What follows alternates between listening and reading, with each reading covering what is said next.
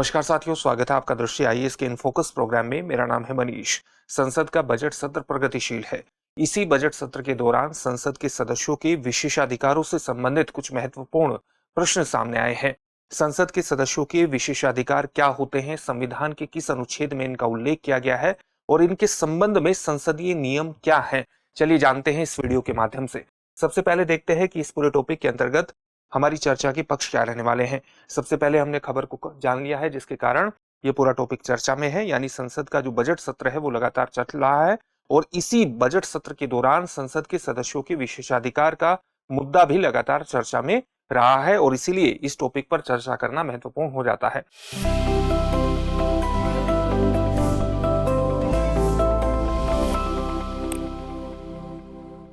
सबसे पहले हम जानेंगे संसदीय विशेषाधिकारों के बारे में सामान्य जानकारी।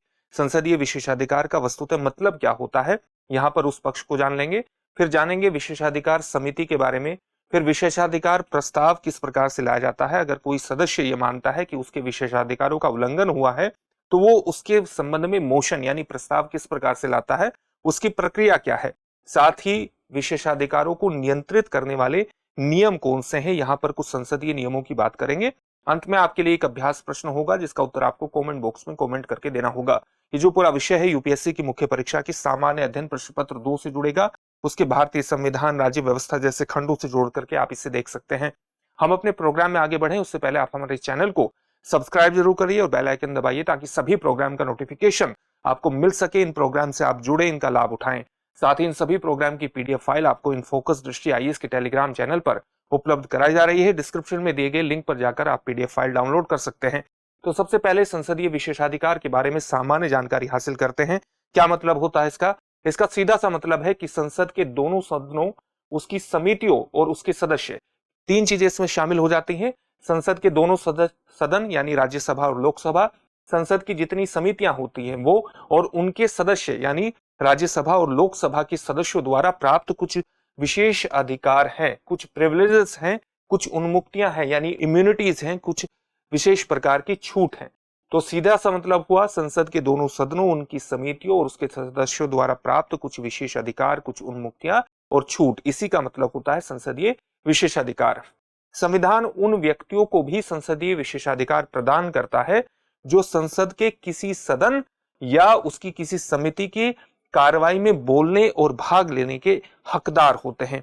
कौन सदस्य होते हैं? आप जानते हैं कि भारत का महान्यायवादी अटॉर्नी जनरल ऑफ इंडिया इसका हकदार होता है और साथ ही केंद्रीय मंत्री भी इसके हकदार होते हैं।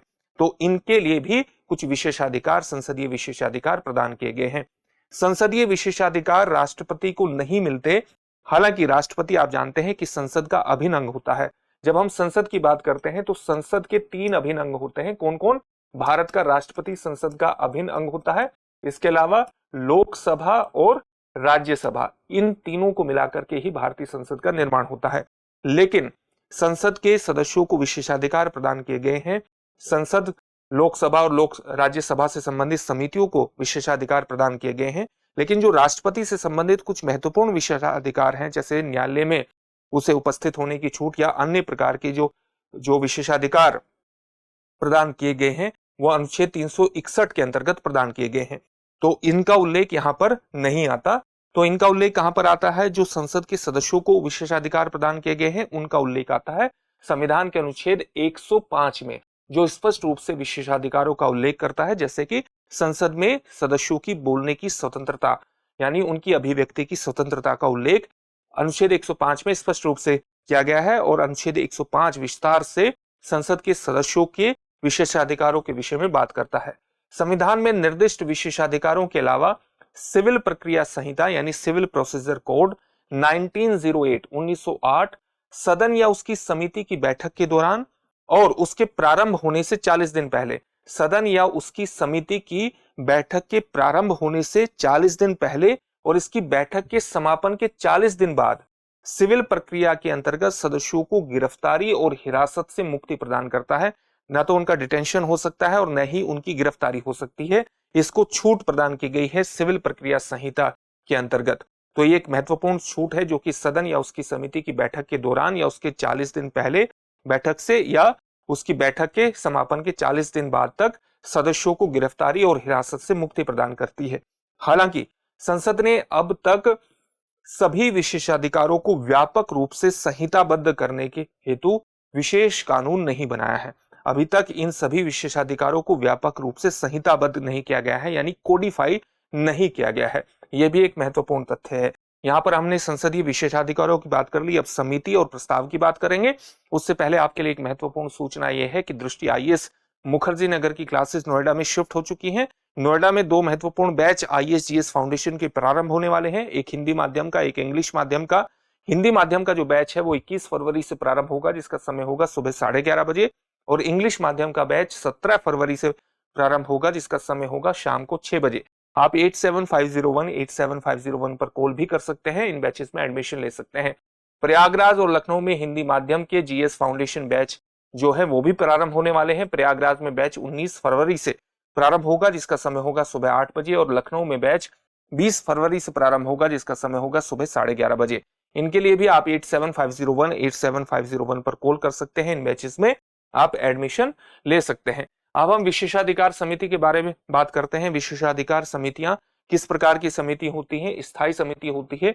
एक समिति लोकसभा की होती है, लोकसभा विशेषाधिकार समिति, और एक राज्यसभा से संबंधित विशेषाधिकार समिति होती है। लोकसभा की जो समिति होती है उसमें 15 सदस्य होते हैं, और राज्यसभा की जो समिति होती है उसमें सदस्यों की संख्या होती है 10।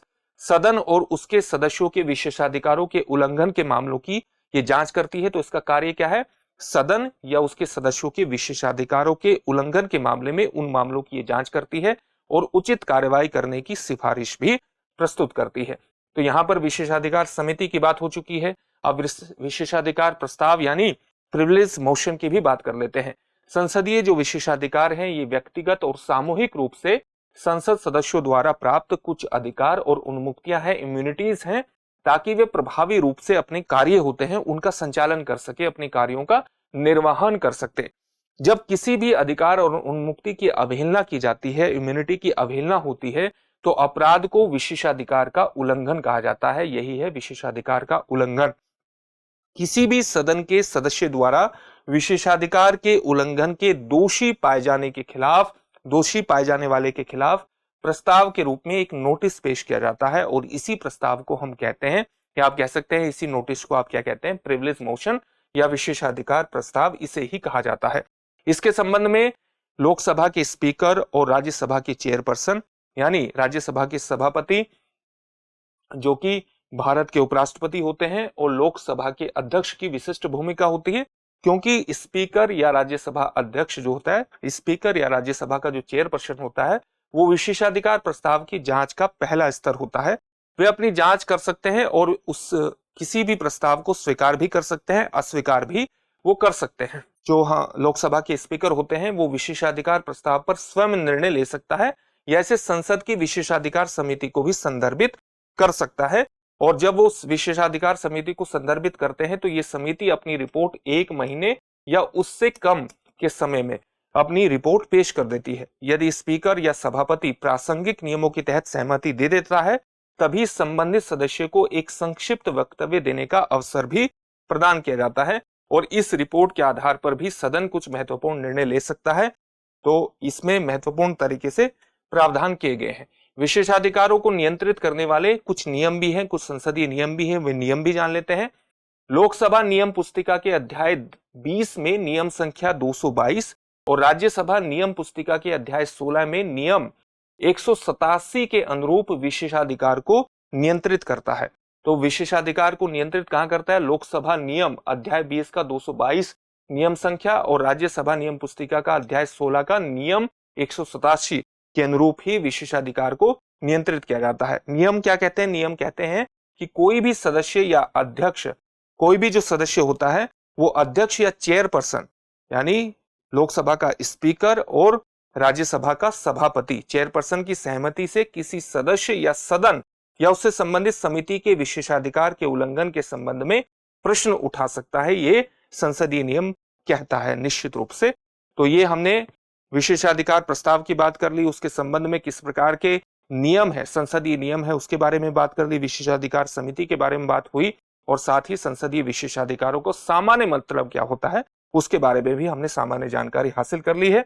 अब इसके संबंध में एक प्रश्न है। प्रश्न क्या है?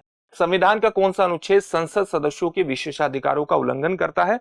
आपके ऑप्शन है अनुच्छेद 105, अनुच्छेद 110, अनुच्छेद 117 या उपर्युक्त में से कोई नहीं। इस प्रश्न का उत्तर आप हमें कमेंट बॉक्स में कमेंट करके जरूर दीजिए। फिर से एक नए सेशन में आपसे मुलाकात होगी। धन्यवाद।